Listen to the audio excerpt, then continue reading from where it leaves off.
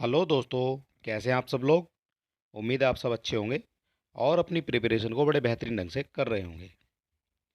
आप जानते हैं दोस्तों, हम अपने चैनल के माध्यम से आर ओ की तैयारी करा रहे हैं और हमारा उद्देश्य है आपको कम समय में बेहतर कंटेंट उपलब्ध कराना। और हमें इस बात की खुशी है कि हम आपको कम समय में बेहतर कंटेंट उपलब्ध करा रहे हैं और हमारे द्वारा दिया गया कंटेंट आपको पसंद आ रहा है। अगर आप किसी तरह का सुझाव देना चाहते हैं तो आप हमें कमेंट बॉक्स में लिख सकते हैं। और इससे पहले अगर आपने हमारे पुराने वीडियो नहीं देखे हैं तो आप हमारे चैनल पर जाकर देख सकते हैं और वहाँ आपको प्लेलिस्ट मिल जाएगी, वहाँ आपको प्रैक्टिस सेट भी मिल जाएंगे और टॉपिक वाइज वीडियो भी मिल जाएगी। आज का जो हमारा वीडियो हो जाएगा ये हो जाएगा उत्तर प्रदेश स्पेशल से, और उत्तर प्रदेश स्पेशल का जो करंट अफेयर है और ये मोस्ट इंपॉर्टेंट करंट अफेयर है और इसी से जो है क्वेश्चन आपके बनने वाले हैं आपकी आने वाली परीक्षा में। तो चलिए दोस्तों, देर ना करते हुए देख लेते हैं। एक एक क्वेश्चन हमारे लिए इम्पोर्टेंट है और क्वेश्चन के साथ साथ हम एक्स्ट्रा फैक्ट भी देखते चलेंगे जिससे क्वेश्चन आपके बनते हैं। किस किस तरह के क्वेश्चन बनते हैं, कहाँ कहाँ से एग्जामिनर आपसे क्वेश्चन पूछ सकता है, वो भी हम इस वीडियो में देखते चलेंगे। तो चलिए दोस्तों, देर ना करते हुए देख लेते हैं। आज का हमारा उत्तर प्रदेश स्पेशल का करंट अफेयर है और पहला क्वेश्चन क्या हो जाएगा ये हम देख लेते हैं। तो चलिए दोस्तों, देख लेते हैं आज का हमारा पहला क्वेश्चन क्या हो जाएगा। तो ये हो जाएगा हमारा विचार करना है, और विचार करने के क्वेश्चन जो है आपकी परीक्षा में काफ़ी पूछे जाते हैं। और विचार किस पे करना है ये आपको देख लेना है। सबसे पहले आपको ये देखना है उपरोक्त कथनों में से सही कथन का आपको चुनाव करना है। सही कथन का आपको चुनाव करना है। और हमारा जो पहला कथन हो जाएगा वो क्या हो जाएगा वो हम देख लेते हैं। तो बात करते हैं बीपैक्स की। बीपैक्स एक अभियान है और बीपैक्स अभियान जो है मध्य प्रदेश के मुख्यमंत्री के द्वारा शुरू किया गया है। दूसरा पॉइंट है, इसके अंतर्गत फर्टिलाइजर आदि की खरीद के लिए क्रेडिट लिमिट को बढ़ाकर 10 लाख रुपए कर दिया गया है।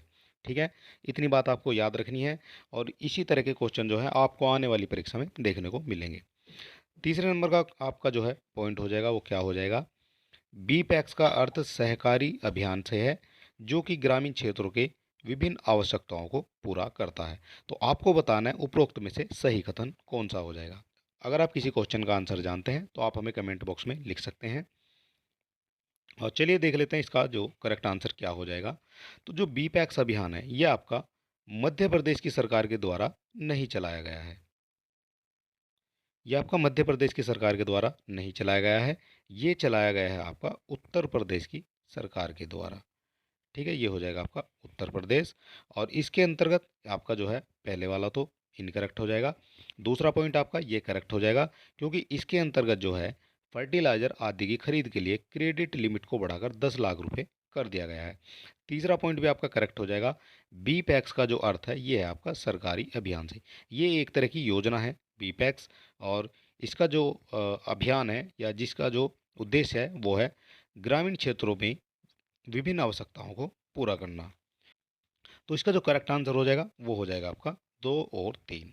2 और 3 जो है पहले का करेक्ट आंसर हो जाएगा। और इससे बनने वाले जो इम्पोर्टेंट फैक्ट हैं वो क्या हो जाएंगे वो भी हम देख लेते हैं। और ये जो इम्पोर्टेंट फैक्ट हैं इनसे ही जो है क्वेश्चन आपकी परीक्षा में पूछा जाएगा। देख लेते हैं महत्वपूर्ण तथ्य क्या हो जाएंगे। तो यहाँ समझने वाली चीज़ है थोड़ी सी। बीपैक्स जो एक योजना है ये जो है साधन सहकारी समितियाँ सदस्यता महाअभियान जो है 2023 चलाया जा रहा है और 1 से 30 सितंबर तक इसको जो है पूरा करना है। और पूरे प्रदेश में ये आयोजित किया जा रहा है। किसके द्वारा आयोजित किया जा रहा है ये भी हम देख लेते हैं। इस अवसर पर बी सदस्यता अभियान से जुड़ने के लिए ऑनलाइन पोर्टल आपका लॉन्च किया गया है। ये आपका ऑनलाइन पोर्टल हो जाएगा और आपका टोल फ्री नंबर भी आपका ये हो जाएगा, इसका भी शुभारंभ किया गया है। ठीक है, इतनी बात आपको याद रखनी है।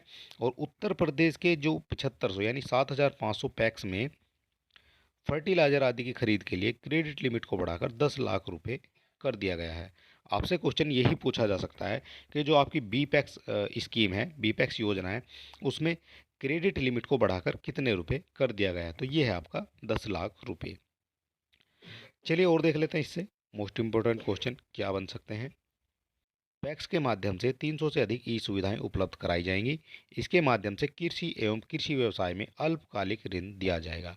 ठीक है, और कृषि संबंधित सभी आवश्यकताएं जैसे बीज, खाद, यंत्र, कीटनाशक आदि को उपलब्ध कराया जाएगा। इतनी बात आपने समझ ली है बी पैक्स से। क्वेश्चन भी आपने देख लिया है और कुछ और इम्पोर्टेंट फैक्ट हैं वो भी देख लेते हैं। पैक्स के माध्यम से सदस्यों तो पैक्स के माध्यम से सदस्यों को कृषि उद्योग, कृषि उपज एवं कुटीर उद्योग, रोजमर्रा की चीज़ों को क्रय करने का प्रबंध किया जाएगा। और बी पैक्स का अर्थ सघन जो है आपकी साधन सहकारी अभियान से है, जो कि ग्रामीण विभिन्न आवश्यकताओं को पूरे करता है। ये इतनी बात आपको समझ लेनी है इस क्वेश्चन से। और ये जो हो जाएगा आपका उत्तर प्रदेश के कोऑपरेटिव बैंक का नारा, डिजिटल हो किसान हमारा। ठीक है, ये आपकी जो है इमेज दी गई है और ये बी पैक से संबंधित इमेज है। चलिए देख लेते हैं क्वेश्चन नंबर 2 हमारा क्या कहता है। ये हो जाएगा आपका क्वेश्चन नंबर 2। उत्तर प्रदेश के कितने शिक्षकों को राष्ट्रीय शिक्षक पुरस्कार से सम्मानित किया गया है? मोस्ट इंपॉर्टेंट क्वेश्चन है और ये बात हो रही है राष्ट्रीय स्तर की, तो इस तरह के क्वेश्चन जो है आपकी परीक्षाओं में पूछे जा सकते हैं। आपसे पूछा गया है उत्तर प्रदेश के कितने शिक्षकों को राष्ट्रीय शिक्षक पुरस्कार से सम्मानित किया गया है? 2 शिक्षकों को, 4 शिक्षकों को, 6 शिक्षकों को या फिर आपका 3 शिक्षकों को? तो क्वेश्चन नंबर 2 का जो करेक्ट आंसर हो जाएगा वो क्या हो जाएगा? तो क्वेश्चन नंबर 2 का जो करेक्ट आंसर हो जाएगा वो हो जाएगा आपका 3 शिक्षकों को। 3 शिक्षकों को राष्ट्रीय शिक्षक पुरस्कार से सम्मानित किया गया है और इससे जो इम्पोर्टेंट फैक्ट बनते हैं वो भी हम देख लेते हैं। ये हो जाएंगे आपके महत्वपूर्ण तथ्य। और 5 सितंबर 2023 को राष्ट्रपति द्रौपदी मुर्मू ने शिक्षक दिवस के अवसर पर, आप ये समझ लीजिए 5 सितंबर को आपका शिक्षक दिवस होता है, तो उसके अवसर पर दिल्ली के विज्ञान भवन में आयोजित समारोह में उत्तर प्रदेश के 3 शिक्षकों को राष्ट्रीय पुरस्कार 23 से सम्मानित किया गया है। ठीक है, इतनी बात आपको समझ लेनी है। इससे जो इस शिक्षक सम्मान समारोह में सभी पुरस्कार शिक्षकों को जो आपका पुरस्कार स्वरूप 50,000 रुपये नगद, एक प्रशस्ति पत्र और शॉल जो है दिया गया है। ठीक है, आपसे ये क्वेश्चन में पूछा जा सकता है कि जो आपका शिक्षक सम्मान समारोह है या राष्ट्रीय शिक्षक पुरस्कार में आपके जो आपको पुरस्कार दिया जाता है वो क्या दिया जाता है, नगद कितना पुरस्कार दिया जाता है, उसके अलावा क्या दिया जाता है? तो आपको बता देना है 50,000 रुपये नगद, एक प्रशस्ति पत्र और एक शॉल जो है आपको पुरस्कार में दिया जाता है। तीसरा पॉइंट देख लेते हैं। जो आपके सम्मानित शिक्षकों में मेरठ के केएल इंटरनेशनल स्कूल के प्रिंसिपल सुधांशु शेखर पांडा, बुलंदशहर के चंद्र प्रकाश अग्रवाल और फतेहपुर की आयशा फारूकी शामिल है। इन तीनों के नाम आपके लिए इंपॉर्टेंट हो जाते हैं। इन तीनों से जो है क्वेश्चन बन सकता है। मेरठ के आपके हो जाएंगे प्रिंसिपल जो है सुधांशु शेखर पांडा, बुलंदशहर के हो जाएंगे आपके चंद्र प्रकाश अग्रवाल और फतेहपुर की हो जाएंगी आपकी आयशा फारूकी। ठीक है, इतनी बात आपको याद रख लेनी है। और कुछ और मोस्ट इम्पोर्टेंट जो है पॉइंट है, राष्ट्रीय शिक्षक दिवस जो है वर्ष 1962 से प्रतिवर्ष 5 सितंबर को मनाए जाने वाले इस दिवस का उद्देश्य भारत में जो स्कूल हैं उनके अध्यापकों, शोधकर्ताओं और प्रोफेसर सहित अन्य शिक्षकों के योगदान का सम्मान करता है। ठीक है, इतनी बात हो जाएगी आपकी राष्ट्रीय शिक्षक सम्मान समारोह से, राष्ट्रीय शिक्षक दिवस से संबंधित। और ये जो पुरस्कार है 5 सितंबर को भारत के राष्ट्रपति द्वारा प्रदान किया जाता है। इतनी बात आपको याद रखनी है। आपसे पूछा जाएगा कि जो राष्ट्रीय शिक्षक दिवस के दिन जो है राष्ट्रीय शिक्षक सम्मान है या राष्ट्रीय शिक्षक पुरस्कार है, ये आपका किसके द्वारा प्रदान किया जाता है? तो ये प्रदान किया जाता है राष्ट्रपति द्रौपदी मुर्मू के द्वारा। और यहाँ आप देख सकते हैं ये आपके जो हैं तीनों हो जाएंगे। मेरठ से सुधीर पांडा हो जाएंगे, बुलंदशहर से चंद्र प्रकाश अग्रवाल हो जाएंगे और फतेहपुर से हो जाएंगे आपकी आसिया फारूकी। ये तीनों की आपको इमेज देख सकते हैं। चलिए देख लेते हैं क्वेश्चन नंबर 3 हमारा क्या कहता है। उत्तर प्रदेश के कितने शिक्षकों को राज्य शिक्षक पुरस्कार, अभी आपने देखा है राष्ट्रीय शिक्षक पुरस्कार, यहाँ एक चीज़ समझने वाली है, दोनों ही जो है सेम है। और एक तो है आपका राष्ट्रीय, ये आपका राष्ट्रीय स्तर की बात करता है और ये जो पुरस्कार है ये आपका राज्य स्तर पर, केवल इतना सा इसमें डिफरेंस है। ठीक है, तो यहाँ अभी ऊपर जो क्वेश्चन पूछा गया है वो राष्ट्रीय से पूछा गया है और ये जो क्वेश्चन है राज्य शिक्षक पुरस्कार से। और इन दोनों में से एक क्वेश्चन तो आपकी परीक्षा में आना ही आना है। तो आपसे क्वेश्चन 3 पूछा गया है। क्या पूछा गया है? प्रदेश के कितने शिक्षकों को राज्य शिक्षक पुरस्कार से सम्मानित किया गया है? 74 शिक्षकों को, 104 शिक्षकों को, 94 शिक्षकों को या फिर आपका 88 शिक्षकों को। आपको बताना है कितने शिक्षकों को जो है राज्य शिक्षक पुरस्कार से सम्मानित किया गया है। तो क्वेश्चन नंबर 3 का जो करेक्ट आंसर हो जाएगा वो हो जाएगा आपका सी, 94 शिक्षकों को। और 94 किस तरह से जो है, 94 जो शिक्षकों को राज्य शिक्षक पुरस्कार दिया है, इससे जो बनने वाले इंपॉर्टेंट फैक्ट हैं वो क्या हो जाएंगे वो भी हम देख लेते हैं। तो ये हो जाएंगे आपके इंपॉर्टेंट तथ्य। और 5 सितंबर 2023 को जो भी आपका शिक्षक दिवस के दिन था, और शिक्षक दिवस के अवसर पर मुख्यमंत्री योगी आदित्यनाथ ने लोक भवन में आयोजित कार्यक्रम में बेसिक शिक्षा विभाग तथा माध्यमिक शिक्षा विभाग के 94 शिक्षक अपने क्षेत्र में विशिष्ट कार्य करने के लिए राज्य शिक्षक पुरस्कार जो है ये आपका प्रदान किया गया है। ठीक है, इसके बाद देख लेते हैं राज्य शिक्षक पुरस्कार जो प्राप्त करने वाले शिक्षकों में बेसिक शिक्षक परिषद के 75 शिक्षक और माध्यमिक शिक्षा विभाग के 19 शिक्षक शामिल थे। ठीक है, इतनी बात आपको याद रखनी है। यहाँ 75 हो जाएगा और यहाँ आपका 19 हो जाएगा। ठीक है, बेसिक शिक्षा विभाग के 75 हैं और माध्यमिक शिक्षा विभाग के आपके हो जाएंगे 19 शिक्षक। ठीक है, इस तरह से टोटल मिलाकर आपके टोटल जो हो जाएंगे वो 94 शिक्षक हो जाएंगे जिनको राज्य शिक्षक पुरस्कार से सम्मानित किया गया है। और ये आप देख सकते हैं, ये जो पुरस्कार है ये शिक्षकों को दिया जा रहा है और ये हो जाएगा आपका राज्य शिक्षक पुरस्कार से संबंधित। और चलिए देख लेते हैं क्वेश्चन नंबर हमारा 4 क्या कहता है। क्वेश्चन नंबर 4 हमारा हो जाएगा, ये हो जाएगा क्वेश्चन नंबर 4। नमामि गंगे से आपके क्या क्या क्वेश्चन बन सकते हैं वो भी हम देख लेते हैं। नमामि गंगे ने उत्तर प्रदेश के किस जनपद में सीवेज उपचार अवसंरचना की विकास के लिए समझौते पर हस्ताक्षर किए हैं? सहारनपुर में, बिजनौर में, मेरठ में या फिर आपका गढ़मुक्तेश्वर में। आपको बताना है नमामि गंगे ने उत्तर प्रदेश के किस जनपद में सीवेज उपचार अवसंरचना के लिए विकास के समझौते पर हस्ताक्षर किए हैं। तो क्वेश्चन नंबर 4 का जो करेक्ट आंसर हो जाएगा वो हो जाएगा आपका मेरठ। ये आपका हस्ताक्षर कहाँ किए गए हैं समझौते पर? ये किए गए हैं मेरठ में। और इससे बनने वाले इंपॉर्टेंट फैक्ट क्या हो जाएंगे ये भी थोड़ा सा समझ लेते हैं। बात करते हैं हाइब्रिडी, जो आपका हाइब्रिड है, हाइब्रिड वार्षिक पीपी मॉडल के अंतर्गत इस परियोजना की कुल लागत कितनी है? ये है आपकी 369.74 करोड़ रुपए।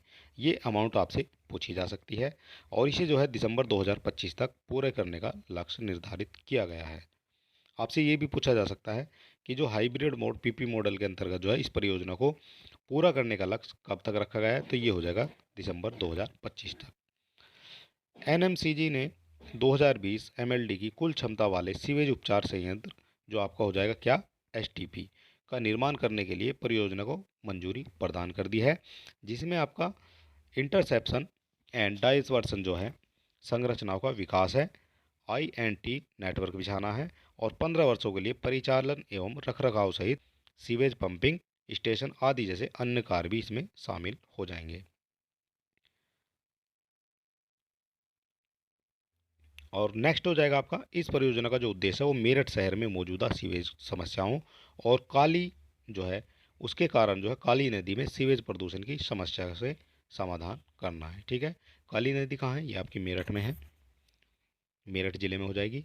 और इस परियोजना के पूरा होने के बाद मेरठ शहर से काली नदी जो है, जो पूर्व में काली नदी थी, उसके जो है अनुपचारित सीवेज का निर्वहन नहीं होगा और जिससे प्रदूषण में कमी आएगी। इसलिए जो है सीवेज उपचार अवसंरचना के विकास के लिए समझौते पर हस्ताक्षर किए गए हैं। ये है आपका नमामि गंगे में जो आपके समझौता हुआ है। और चलिए देख लेते हैं क्वेश्चन नंबर हमारा 5 क्या हो जाएगा। ये हो जाएगा आपका विचार करना है। इस तरह के क्वेश्चन जो है आपकी परीक्षा में काफ़ी मात्रा में देखने को मिलेंगे। और आपसे यहाँ भी ये पूछा गया है उपरोक्त कथनों में से सही कथन का आपको चुनाव करना है। तो पहला जो कथन है वो हमारा क्या हो जाएगा? उत्तर प्रदेश सरकार द्वारा प्रदेश के 24 शहरों में ई बस चलाने का निर्णय लिया गया है। ई बस चलाने का निर्णय लिया गया है और अभी हाल फिलहाल की बात है, इसलिए जो है ये क्वेश्चन आपके लिए इंपॉर्टेंट हो जाता है। उत्तर प्रदेश सरकार ने प्रदेश के 24 शहरों में ई बस चलाने का निर्णय लिया है। और दूसरा पॉइंट हो जाता है नगर विकास विभाग इसके लिए प्रस्ताव तैयार कर रहा है। आपको बताना है सही कौन सा हो जाएगा। तीसरा कथन है आपका बड़े शहरों में 150 बसें चलेंगी, मध्य शहरों में 100 बसें और छोटे शहरों में 50 बसें ई बस जो है चलाई जाएंगी। और फोर्थ जो हो जाएगा आपका केंद्र सरकार की फेम इंडिया योजना के तहत प्रदेश के 14 शहरों में मौजूदा समय में 750 जो है या 740 छोटी बसें चलाई जा रही हैं। तो आपको बताना है इनमें से करेक्ट कौन सा हो जाएगा। तो सबसे पहले पहला ऑप्शन जो है ये देख लेते हैं। तो उत्तर प्रदेश सरकार ने प्रदेश के 24 शहरों में ई बस चलाने का निर्णय लिया। ये आपका गलत हो जाएगा। ये 24 शहर नहीं है, ये हैं आपके 19 शहरों में। ठीक है, 19 शहरों में जो है ई बस चलाने का निर्णय लिया गया है। तो पहला पॉइंट आपसे जो है ये इनकरेक्ट हो जाएगा। इसके बाद दूसरा पॉइंट देख लेते हैं। नगर विकास विभाग है, इसके अंतर्गत प्रस्ताव तैयार कर रहा है, ये आपका करेक्ट हो जाएगा। और बड़े शहरों में 150 बसें चलाई जाएंगी। ठीक है, जो आपके मध्य शहर हैं उनमें 100 बसें चलाई जाएंगी और जो छोटे शहर हैं उनमें जो है 50 बसें चली जाएंगी। तो ये भी आपका करेक्ट हो जाएगा। इसके बाद देख लेते हैं 4।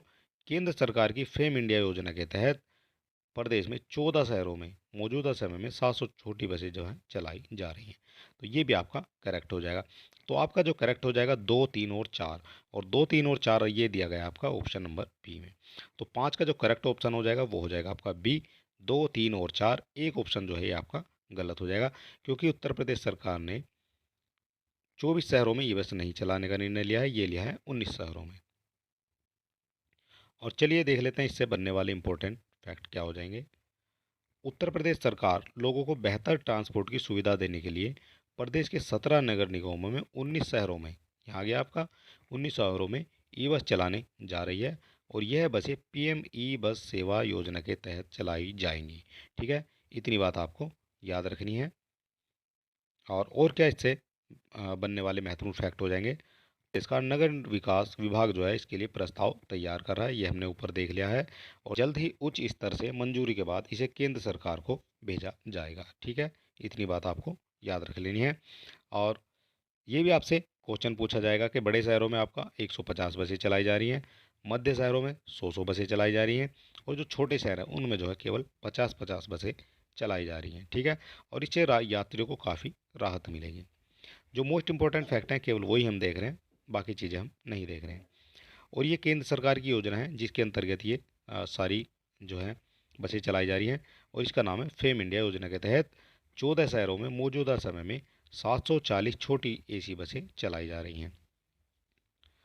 और फेज़ 2 में आपको 300 बसें और ले जानी थी, लेकिन सरकार ने पीएम ई बस सेवा का शुभारंभ कर दिया है।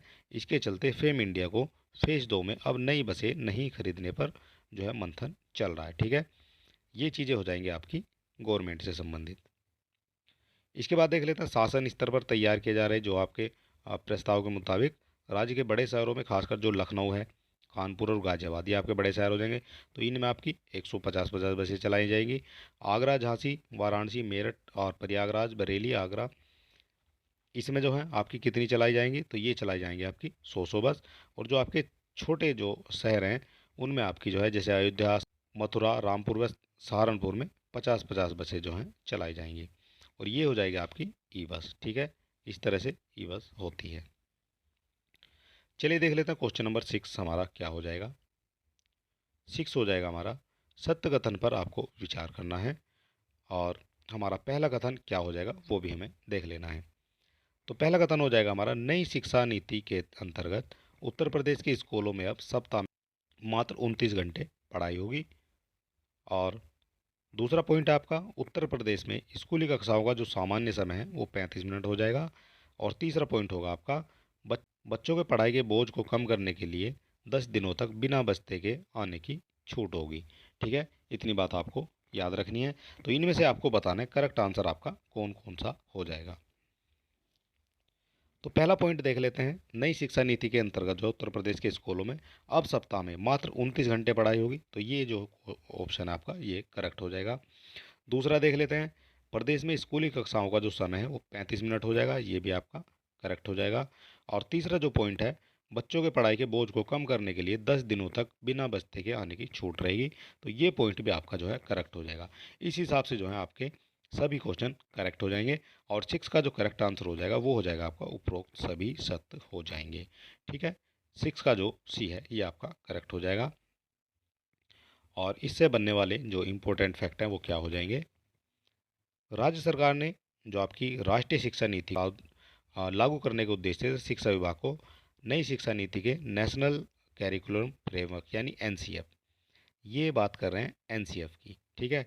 उसके तहत जो है स्कूलों में पढ़ाई के लिए नई नियमावली तैयार करने के दिशा निर्देश दे दिए हैं, और जिसके अंतर्गत अब स्कूलों में सप्ताह में मात्र 29 घंटे ही पढ़ाई होगी, ठीक है। ये क्वेश्चन आपसे पूछा जा सकता है, मात्र 29 घंटे ही जो है स्कूलों में पढ़ाई होगी सप्ताह में। दूसरा पॉइंट है आपका, शिक्षा नीति के तहत स्कूलों में सप्ताह में 29 घंटे जो है कक्षा लगाने का संतुष्टि की गई है, और सोमवार से 5 से 5.5 घंटे एवं महीने के 2 दिन जो है शनिवार को 2 से 2.5 घंटे ही केवल क्लास चलेंगी। ये आपकी गवर्नमेंट की स्कीम है। 2 शनिवार को आपका अवकाश रहेगा। इस प्रकार से हम कह सकते हैं कि आम विषयों की जो कक्षाएं वो अधिकतम 45 से घटाकर 35 मिनट की कर दी गई हैं, ठीक है। इतनी बात आपको समझ लेनी है। प्रदेश के स्कूलों का जो कक्षाओं का सामान्यतः जो समय है वो अधिकतम 35 मिनट का हो जाएगा। और क्या इससे जो है इम्पोर्टेंट बन सकता है वो भी हम देख लेते हैं। नई शिक्षा नीति में बच्चों को पढ़ाई के लिए बोझ से राहत देने के लिए उद्देश्य साल में अलग अलग तिथियों में कुल 10 दिनों तक बिना बस्ते के आने की छूट रहेगी, ठीक है। ये बात आपको समझ लेनी है। और बिना बस्ते वाले दिन जो है बच्चों को मौखिक और प्रयोगों के जरिए पढ़ाया जाएगा। चलिए देख लेते हैं। हमारा जो है ये हो जाएगा हमारा एनसीएफ। एनसीएफ मतलब नेशनल कैरिकुलम फ्रेमवर्क, ठीक है। ये जो है एनसीएफ है। और क्वेश्चन नंबर 7 हो जाएगा हमारा। क्वेश्चन नंबर 7 हमारा क्या कहता है ये भी हम देख लेते हैं। केंद्र सरकार ने उत्तर प्रदेश में 3 यूनिटी मॉल बनाने की घोषणा की है। तो ये आपकी किस किस शहर में या किस किस जनपद में बनाने की घोषणा की है, ये आपको देख लेना है। केंद्र सरकार ने उत्तर प्रदेश में 3 यूनिटी मॉल बनाने की घोषणा किस किस सिटी में की है। तो इसका जो करेक्ट आंसर हो जाएगा वो हो जाएगा आपका लखनऊ, आगरा और वाराणसी में। इन 3 शहरों में जो है यूनिटी मॉल बनाने की घोषणा की गई है, लखनऊ में, आगरा में और एक आपका वाराणसी में। और इससे जो मोस्ट इम्पोर्टेंट फैक्ट बन सकते हैं वो क्या हो सकते हैं। केंद्र सरकार द्वारा उत्तर प्रदेश को कुल 3 यूनिटी मॉल देने की घोषणा की गई है, और बाद में इस पर जो है काम भी शुरू हो गया है। और जो मुख्य सचिव दुर्गा शंकर मिश्र ने वाराणसी में प्रस्तावित यूनिटी मॉल के संबंध में भूमि के चिन्हांकन के निर्देश दे दिए हैं, जबकि आगरा में भूमि को चिन्हांकन कर लिया गया है, ठीक है। इतनी बात आपको याद रखनी है। और मॉल में आने वाले जो आपके मॉल है, मॉल में आने वाले सभी लोगों को खाने पीने की सुविधा उपलब्ध कराने के लिए फूड कोर्ट भी खुलवाए जाएंगे। और एक पॉइंट और है आपका, लखनऊ में यूनिटी मॉल जो है अवध शिल्प ग्राम में बनेगा। और ये भी देख लेते हैं थोड़ा सा। यूनिटी मॉल में राज्य द्वारा अपने ओपीडी जो आपके ओडीओपी यानी वन डिस्ट्रिक्ट वन जो प्रोडक्ट है उसके तहत जो है अपने उत्पाद ले जाकर वहाँ जो है बेच सकेंगे। और जो आपके हस्तशिल्प उत्पादों, अन्य राज्यों के ओडीओपी उत्पादों की प्रदर्शनी तथा बिक्री की व्यवस्था वहाँ पर की जाएगी। ये हो जाएगा आपका यूनिटी मॉल। और यूनिटी मॉल का जो मुख्य उद्देश्य है वो राष्ट्रीय एकीकरण, मेक इन इंडिया, ओडीओपी प्रयासों को बढ़ावा देना है, और स्थानीय हस्तशिल्प जो आपके उत्पाद हैं उनको स्थानीय रोजगार का जो है सृजन करना है, ठीक है। और ये हो जाएगा आपका यूनिटी मॉल, ये हो जाएगा यूनिटी मॉल, ये हो जाएगा ओडीओपी, ठीक है। ये चीज़ भी आपको समझ लेनी है। चलिए देख लेते हैं क्वेश्चन नंबर 8 हमारा क्या कहता है। उत्तर प्रदेश के आयुष्मान भव जो आपका अभियान है उसका शुभारंभ किसके द्वारा किया गया है। आयुष्मान भव अभियान है, किसके द्वारा शुभारंभ किया गया है, ये क्वेश्चन आपके लिए इम्पोर्टेंट हो जाता है। तो ये हो जाएगा आपका योगी आदित्यनाथ के द्वारा, ब्रजेश पाठक, स्वतंत्र देव सिंह इनके द्वारा, या फिर सुरेश खन्ना जी के द्वारा। तो आपको बताना है क्वेश्चन नंबर 8 का करेक्ट आंसर क्या हो जाएगा। तो क्वेश्चन नंबर 8 का जो करेक्ट आंसर है ये हो जाएगा आपका बी, ब्रजेश पाठक जी के द्वारा जो है आयुष्मान भव अभियान का शुभारंभ किया गया है। और कैसे किया गया है ये भी हम थोड़ा सा देख लेते हैं। सितंबर की बात करते हैं तो सितंबर जो 2023 है, राष्ट्रपति द्रौपदी मुर्मू ने राष्ट्रपति भवन से आयुष्मान भव अभियान का वर्चुअल शुभारंभ किया था, ठीक है। वर्चुअल शुभारंभ किया था, और उत्तर प्रदेश के डिप्टी सीएम ब्रजेश पाठक ने प्रदेश में इसका शुभारंभ किया है, ठीक है। इतनी बात आपको समझ लेनी है। प्रत्येक चिन्हित मरीज का इलाज जो शुरू कराया जाएगा, जिसमें टीबी, कैंसर, से लेकर डायबिटीज़, हाइपरटेंशन की जांच होगी और गांव के बच्चों का 100% नियमित टीकाकरण सुनिश्चित किया जाएगा। ठीक है, ये हो जाएगा आपका आयुष्मान भव अभियान। इसके बाद और क्या पॉइंट यहाँ से बन सकते हैं वो भी थोड़ा सा देख लेते हैं। तो ये हो जाएगा आपका, जो आपका आयुष्मान कार्ड के जरिए उन्हें 5 लाख रुपए तक सालाना मुफ्त इलाज की सुविधा मिलेगी। और वहीं जो आभा आईडी बनने से लोगों को अपने इलाज और जांचों के पुराने रिकॉर्ड रखने की ज़रूरत खत्म हो जाएगी। ठीक है, ये है आपकी द्रौपदी मुर्मू, ये आपकी वर्चुअल जो है उद्घाटन या वर्चुअल जो है शुभारंभ उसका कर रही हैं। और ये हो जाएंगे आपके ब्रजेश पाठक, जिन्होंने जो है आयुष्मान भव का शुभारंभ किया है, जो आपका आयुष्मान भव अभियान है उसका शुभारंभ किया है। चलिए देख लेते हैं क्वेश्चन नंबर 9 हमारा क्या कहता है। ये हो जाएगा क्वेश्चन नंबर 9। उत्तर प्रदेश में हिंदी दिवस के अवसर पर कितने साहित्यकारों को सम्मानित किया गया है? आपसे पूछा गया है उत्तर प्रदेश में हिंदी दिवस के अवसर पर कितने साहित्यकारों को सम्मानित किया गया है? 20 साहित्यकारों को, 16 साहित्यकारों को, 12 साहित्यकारों को या फिर आपका 8 साहित्यकारों को? क्वेश्चन नंबर 9 का जो करेक्ट आंसर हो जाएगा ये हो जाएगा आपका बी। उत्तर प्रदेश सरकार ने हिंदी दिवस के अवसर पर 16 साहित्यकारों को सम्मानित किया है। और चलिए देख लेते हैं कौन से इससे जो है मोस्ट इम्पोर्टेंट फैक्ट बनते हैं। 14 सितंबर की बात कर लेते हैं। तो 14 सितंबर 2023 को लखनऊ में उत्तर प्रदेश जो साहित्य सभा और Indo American chamber of commerce की जो फोर्स है, हिंदी दिवस पर आयोजित अपनी हिंदी अपना भारत, ये आपसे पूछा जा सकता है, सम्मान समारोह जो है कवि सम्मेलन में 16 साहित्यकारों को सम्मानित किया गया है। ठीक है, इतनी बात आपको याद रखनी है। और क्या पॉइंट बन सकते हैं वो भी देख लेते हैं। इस सम्मान समारोह में उत्तर प्रदेश के पर्यटन और संस्कृति मंत्री जयवीर सिंह द्वारा 16 वरिष्ठ साहित्यकारों को जो है लेखक, गीतकार, पत्रकारों को सम्मानित किया गया है। और सम्मान पाने वालों में ये आपके सभी के नाम हैं, ये आपको जो है याद रखने हैं। एक एक बार आपको उसको पढ़ लोगे तो आपसे जो है अगर मैच कराने के लिए दे देगा या आपसे ये पूछा जा सकता है, 3 नाम आपको सही दे देगा और एक नाम आपसे गलत दे देगा। आपसे ये पूछा जाएगा कि इनमें से कौन है जिसको जो है पुरस्कार नहीं मिला है। आपसे पूछ लिया जाएगा कि इन साहित्यकारों में से कौन है जिनको जो है हिंदी दिवस के अवसर पर साहित्यकार सम्मान से सम्मानित नहीं किया गया है। तो इस तरह से जो आपसे क्वेश्चन बन सकता है। और चलिए देख लेते हैं, ये हो जाएगा आपका कार्यक्रम।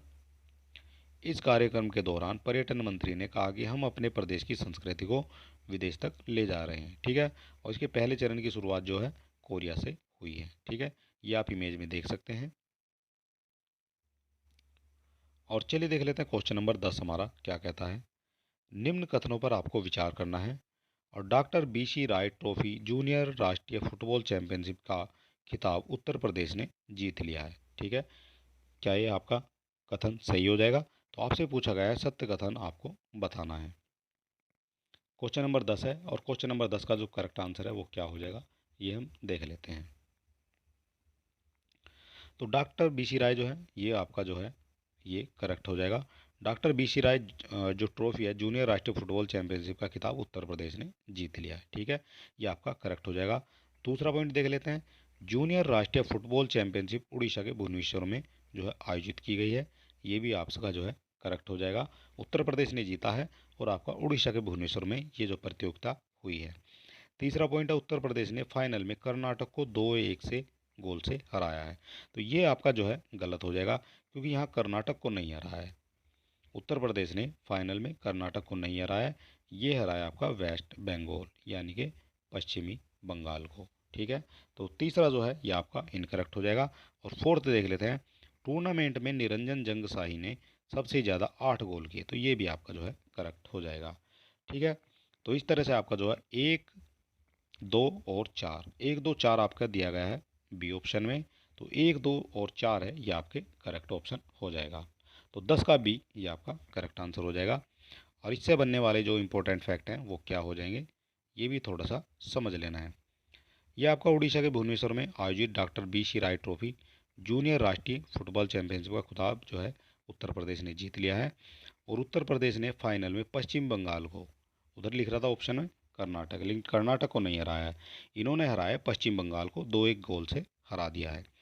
उत्तर प्रदेश के लखनऊ के जो आपके चिरंजीव जंगसाई ने 31वें और कुलदीप सिंह ने 80वें मिनट में गोल दागे हैं। और पश्चिम बंगाल की ओर से एकमात्र गोल जो है तनवीर डे ने जो है 70वें मिनट में किया था। ठीक है, इतनी बात आपको याद रखनी है। और मोस्ट इम्पोर्टेंट फैक्ट ये हो जाएगा इस टूर्नामेंट में लखनऊ मंडल की ओर से निरंजन जंगसाई ने सबसे ज़्यादा 8 गोल किए हैं। ठीक है, और वह लखनऊ के सहारा क्लब के लिए खेलते हैं। इस तरह के क्वेश्चन भी जो हैं आपसे आपकी परीक्षा में पूछे जाते हैं। और ये हो जाएंगे चैंपियन, ये आपकी जो है जीत ली है। और ये कहाँ हुई थी? उड़ीसा के भुवनेश्वर में। चलिए देख लेते हैं क्वेश्चन नंबर 11 हमारा क्या हो जाएगा। हाल ही में उत्तर प्रदेश में तत्वा प्लास्टिक पाइप फैक्ट्री, ये मोस्ट इंपॉर्टेंट फैक्ट है, तत्वा प्लास्टिक पाइप फैक्ट्री का जो उद्घाटन है किसके द्वारा किया गया है? द्रौपदी मुर्मू के द्वारा, राजनाथ सिंह के द्वारा, नरेंद्र मोदी के द्वारा, या फिर आपका योगी आदित्यनाथ के द्वारा। तो क्वेश्चन नंबर 11 का जो करेक्ट आंसर हो जाएगा वो हो जाएगा आपका योगी आदित्यनाथ के द्वारा। 11 का जो है डी आपका करेक्ट हो जाएगा। और इससे बनने वाले जो इंपॉर्टेंट फैक्ट हैं वो क्या हो जाएंगे ये भी देख लेते हैं। महत्वपूर्ण पॉइंट की बात कर रहे हैं। उत्तर प्रदेश के मुख्यमंत्री योगी आदित्यनाथ ने गोरखपुर जो है औद्योगिक विकास प्राधिकरण, जिसको आप गीडा भी कह सकते हैं, उसको जो है 110 करोड़ रुपए के निवेश में स्थापित जो है तत्वा प्लास्टिक पाइप फैक्ट्री का उद्घाटन किया है। ठीक है, इतनी बात आपको याद रख लेनी है। और क्या इससे जो है इम्पोर्टेंट फैक्ट बनेंगे वो भी देख लेते हैं। ये आपका अवसर, इस अवसर पर जो है मुख्यमंत्री ने बताया कि गीडा से लेकर जो आपके धुरिया पार है उसमें जो औद्योगिक गलियारा विकसित हो रहा है। और यहाँ जो है 5,000 एकड़ के औद्योगिक विकास किए जा रहे हैं। और इससे जो है उत्तर प्रदेश के नौजवानों को जो है रोजगार और नौकरी को जो है उपलब्ध हो सकेगी। एक और देख लेते हैं, यहाँ फैक्ट्रियों का काम जो है शुरू हो जाएगा। और इन फैक्ट्रियों में 1,000 जो है करोड़ रुपए का निवास होगा, जिससे 5,000 से अधिक युवाओं को रोजगार मिलेगा। ठीक है, इतनी बात आपको याद रखनी है। और 10 से 12 फरवरी 2023 के बीच जो है उत्तर प्रदेश में ग्लोबल इन्वेस्टमेंट समिट का जो है आयोजन किया गया था, जिसमें उत्तर प्रदेश को 36 लाख करोड़ रुपए के निवेश प्राप्त हुए थे। ठीक है, अकेले गोरखपुर को करीब 1.25 लाख रुपए निवेश प्रस्ताव मिले हैं। और ये हो जाएंगे उद्घाटन करते हुए योगी आदित्यनाथ जी। 36 लाख करोड़ रुपए के निवेश को जो है धरातल पर उतारने के लिए 1 करोड़ नौजवानों को नौकरी व रोजगार मिलने की संभावना है। गीडा में 102 नए उद्योगों की स्थापना के लिए आशय पत्र के वितरण का कार्य जो है आपका इसी संभावना को और बढ़ाएगा। चलिए देख लेते हैं क्वेश्चन नंबर 12 हमारा क्या कहता है। निराला स्मृति सम्मान ये आपका किसको दिया गया है, इस पर आपको विचार करना है। क्वेश्चन नंबर 12 है निराला स्मृति सम्मान। तो इसका जो है करेक्ट आंसर क्या हो जाएगा वो भी देख लेते हैं। तो पहला पॉइंट है, और यहाँ आपको जो है सही कथन बताना है। तो पहला पॉइंट इसका क्या हो जाएगा? कवि अरुण कमल को निराला स्मृति सम्मान से सम्मानित किया गया है, ये आपका करेक्ट हो जाएगा। 2023 में जो है निराला स्मृति सम्मान से सम्मानित किसको किया गया है? ये किया गया है आपका कवि अरुण कमल को। दूसरा पॉइंट है आपका, यह सम्मान महाकवि सूर्यकांत त्रिपाठी निराला की स्मृति में दिया जाता है, ये भी आपका करेक्ट हो जाएगा। तीसरा देख लेते हैं, सूर्यकांत त्रिपाठी निराला हिंदी कविता के छायावादी युग के प्रथम स्तंभों में से एक माने जाते हैं, ये भी आपके लिए इम्पोर्टेंट हो जाएगा। तो क्वेश्चन नंबर 12 का जो करेक्ट हो जाएगा वो हो जाएगा 1, 2 और 3, यानी कि आपके सभी सही हो जाएंगे। 12 का जो सी है ये आपका करेक्ट आंसर हो जाएगा। और फैक्ट क्या बन सकते हैं वो भी थोड़ा सा देख लेते हैं। इस वर्ष जो है निराला स्मृति सम्मान समकालीन कविता के कवि अरुण कमल को दिए जाने की घोषणा की गई है। और ये बात कर लेते हैं कवि अरुण कमल को यह सम्मान छायावादी महाकवि सूर्यकांत त्रिपाठी निराला की पुण्यतिथि पर 15 अक्टूबर को निराला स्मृति आयोजन के दौरान दिया जाएगा। इसके बाद देख लेते हैं, यह सम्मान जो है महाकवि निराला की चेतना, विचारधारा और उनके रचनात्मक परंपराओं से जुड़ने वाले रचनाकार को दिया जाता है। और ये जो हैं आपके हो जाएंगे कवि जो आपके हैं अरुण कमल। उल्लेखनीय है कि सूर्यकांत त्रिपाठी निराला जो है हिंदी कविता के छायावादी युग के प्रथम स्तंभों में से एक माने जाते हैं, ये आपका करेक्ट हो जाएगा। तो चलिए देख लेते हैं क्वेश्चन नंबर हमारा 13 हो जाएगा। 20वां राष्ट्रीय पुरस्कार जो आपका 20वां राष्ट्रीय पुस्तक मेला का आयोजन कहाँ किया जा रहा है? नई दिल्ली में, गोरखपुर में, प्रयागराज में या उपरोक्त में से कोई नहीं। क्वेश्चन नंबर 13 का आपको करेक्ट आंसर बताना है, क्या हो जाएगा? तो 13 का जो करेक्ट आंसर हो जाएगा वो हो जाएगा आपका उपरोक्त में से कोई नहीं। ठीक है, 13 का जो करेक्ट आंसर हो जाएगा उपरोक्त में से कोई नहीं, ना ही तो वो दिल्ली में है, ना ही प्रयागराज और ना ही आपका गोरखपुर में। तो 20वां जो राष्ट्रीय पुस्तक मेला है ये आपका हो जाएगा लखनऊ में स्थित। और यहाँ से हम फैक्ट के माध्यम से देख लेते हैं। जो आपका 20वां राष्ट्रीय पुस्तक मेला है 22 सितंबर से 2 अक्टूबर तक लखनऊ के बलरामपुर गार्डन में जो है आयोजित किया जाएगा। ठीक है, इतनी बात आपको याद रखनी है। और बाकी और क्या इम्पोर्टेंट फैक्ट बन सकते हैं वो भी देख लेते हैं। 11 दिवसीय पुस्तक उत्सव में विभिन्न कार्यक्रम जैसे पुस्तक विमोचन, लेखकों से मिले कवि सम्मेलन, मुशायरा, युवा और बच्चों के कार्यक्रम होंगे। और 20वां जो है राष्ट्रीय पुस्तक मेला ज्ञान कुंभ की थीम पर होगा। ये आपको थीम भी याद रखनी है, ज्ञान कुंभ की थीम पर होगा। ज्ञान कुंभ की थीम पर होगा, जिसमें प्रवेश निःशुल्क रखा गया है और पुस्तकों पर न्यूनतम 10% की छूट दी जा रही है। बात कर लेते हैं आयोजक की। जो आपके आयोजक हैं मनोज चंदेल ने बताया कि इस पुस्तक मेले में देश के शीर्ष 10 पुस्तक मेलों में अपना स्थान बनाया है। मेले में इस वर्ष जो है दिल्ली, मुंबई, रायपुर, नोएडा, गाजियाबाद, प्रयागराज इतने जो आपके सरकारी, सामाजिक और धार्मिक संगठनों के साथ बड़ी संख्या में अंग्रेजी, हिंदी, उर्दू और प्रकाशकों ने जो है वितरक जो है ये आपके भाग ले रहे हैं। और ये हो जाएगा आपका राष्ट्रीय पुस्तक मेला यानी नेशनल बुक फेयर। चलिए देख लेते हैं क्वेश्चन नंबर हमारा हो जाएगा 14 आज का। यहाँ भी आपको विचार करने के लिए क्वेश्चन दिया गया है और आपको सही कथन जो है आपको चुनना है। ठीक है, तो ये हो जाएगा पहला कथन। उत्तर प्रदेश के ग्रेटर नोएडा में इंटरनेशनल ट्रेड शो के प्रथम संस्करण का आयोजन किया गया है। आपको बताना है क्या ये प्रथम संस्करण का आयोजन किया गया है। तो ये जो है आपका करेक्ट हो जाएगा ग्रेटर नोएडा में जो है इंटरनेशनल ट्रेड शो के प्रथम संस्करण का आयोजन किया गया है।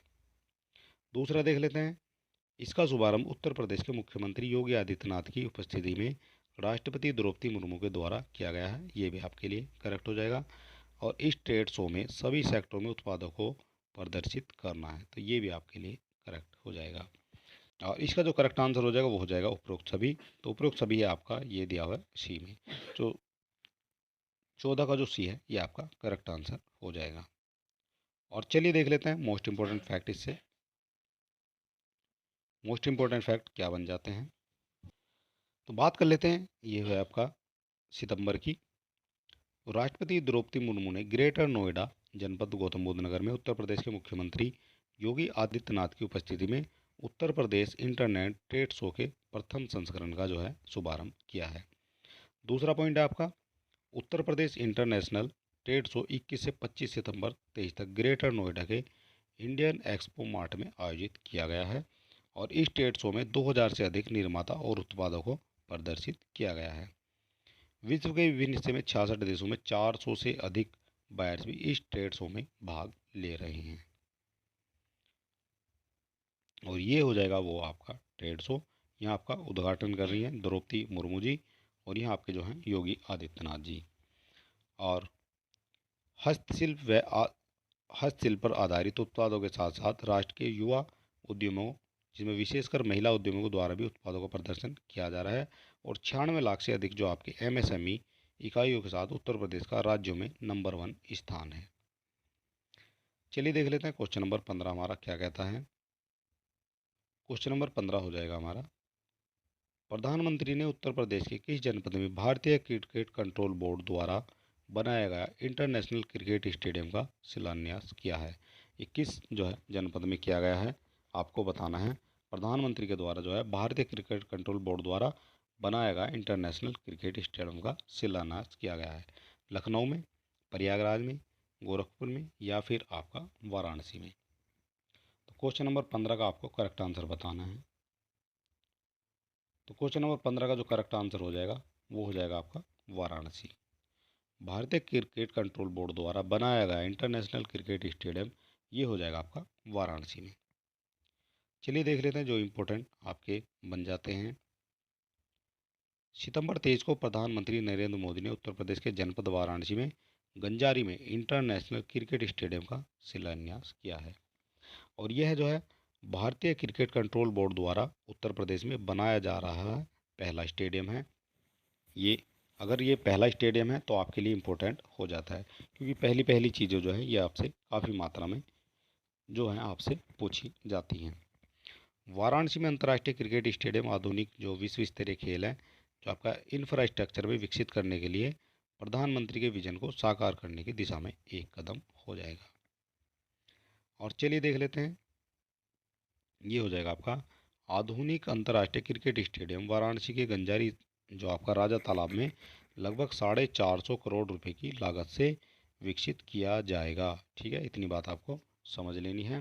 और ये जो है आपका 30 एकड़ में फैला क्षेत्र है। एक और देख लेते हैं, इस स्टेडियम की क्षमता जो है 30,000 दर्शकों के बैठने की होगी। और प्रधानमंत्री ने 15 अक्टूबर से 5 नवंबर 23 तक आयोजित होने वाले काशी संसद खेल प्रतियोगिता हेतु पोर्टल तथा क्यूआर कोड जोड़ दिया गया है। ठीक है, इतनी बात आपको समझ लेनी है। ये हो जाएगा स्टेडियम। और इधर जो आप देख सकते हैं ये आपका सचिन तेंदुलकर के साथ प्रधानमंत्री मोदी हो जाएंगे। और क्वेश्चन नंबर 16 देख लेते हैं, 16 हमारा क्या कहता है। तो ये हो जाएगा आपका सही कथनों पर जो है विचार करना है। और 4 कथन आपको दिए गए हैं तो आपको बताना है सही कथन इनमें से कौन सा हो जाएगा या कौन से हो जाएंगे। तो पहला जो है आपका क्या हो जाएगा, Moto GP bike race Buddh International Circuit Agra में जो है संपन्न हुई है। तो ये पॉइंट जो है आपका गलत हो जाएगा, क्योंकि जो आपका बुद्ध इंटरनेशनल सर्किट है ये आपका आगरा में नहीं है। तो ये कहाँ है, ये है आपका नोएडा में। ठीक है, इतनी बात आपको याद रखनी है। तो ये हो जाएगा आपका ग्रेटर नोएडा में। और दूसरा पॉइंट देख लेते हैं, मोटो जीपी रेस मूवी की जो आपका मोनी VR46 रेसिंग टीम ने जो आपके रेसिंग टीम के मार्को बेजेची ने अपने नाम दर्ज कर लिया है। जे मार्टिन ने दूसरा जो आपके जे मार्टिन इन्होंने दूसरा स्थान प्राप्त किया है। और आर क्वार्टरो ने आपका तीसरा स्थान प्राप्त किया है। ठीक है, इतनी बात आपको समझ लेनी है। एशिया में पहली बार भारतीय सरजमी पर मोटर बाइक रेस का जो है आयोजन किया गया है, ये भी आपके लिए करेक्ट हो जाएगा। और मुख्यमंत्री योगी आदित्यनाथ द्वारा जो है केंद्रीय युवा मामले और खेल मंत्री अनुराग सिंह ठाकुर ने शीर्ष 3 राइडर को ट्रॉफी प्रदान की है। ठीक है, तो आपके जो करेक्ट हो जाएंगे वो हो जाएंगे 2, 3 और 4। और 2, 3 और 4 ये दिए गए हैं आपके ऑप्शन नंबर बी में। तो इसके बारे में जो है इंपॉर्टेंट फैक्ट क्या हो जाते हैं वो भी थोड़ा सा देख लेते हैं। सितंबर 23 को मोटो जीपी बाइक रेस जो है ये कहाँ हुई है, Buddha International circuit greater Noida में फाइनल मुकाबले के साथ संपन्न हुई है। और मोटो जीपी रेस मोनी VR जो है ये आपके मार्को बेजेची ने अपने नाम दर्ज कर लिया है। और मार्टिन ने दूसरा स्थान प्राप्त किया है। आर क्वार्टरे ने तीसरा स्थान प्राप्त किया है। और ये है आपका BCCI ने 22 सितंबर से 24 सितंबर तक मोटो जीपी रेस जो है आयोजित कराई है। और एशिया में पहली बार भारतीय सरजमी पर मोटर बाइक रेस का जो है आयोजन किया गया है। इसके बाद और क्या जो है फैक्ट बन जाते हैं वो भी देख लेते हैं। तो ये हो जाएगा आपका 41 टीमों ने इसमें भाग लिया है और 82 राइडर ने इसमें भाग लिया है। मुख्यमंत्री योगी आदित्यनाथ एवं जो आपके युवा मामले और खेल मंत्री अनुराग सिंह ठाकुर ने पोडियम एरिया में 3 राइडर्स को ट्रॉफी प्रदान की है। और मुख्यमंत्री योगी आदित्यनाथ ने जीत के लिए विजेता बच्चे जी को भारत के जो है मानचित्र वाली ट्रॉफी प्रदान की है। किस तरह की ट्रॉफी है थोड़ा सा मैप के माध्यम से समझ लेते हैं। ये आपकी ट्रॉफी और ये जो है भारत के मैप की ट्रॉफी है। ठीक है, इतनी बात आपको समझ लेनी है। और आज का जो वीडियो है ये हमारा यही समाप्त होता है।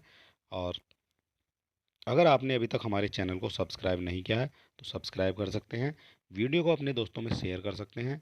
और हमें मोटिवेट करने के लिए एक लाइक तो आपका बनता ही है। और आज का वीडियो यही समाप्त होता है, तो चलिए मिलते हैं नेक्स्ट वीडियो में।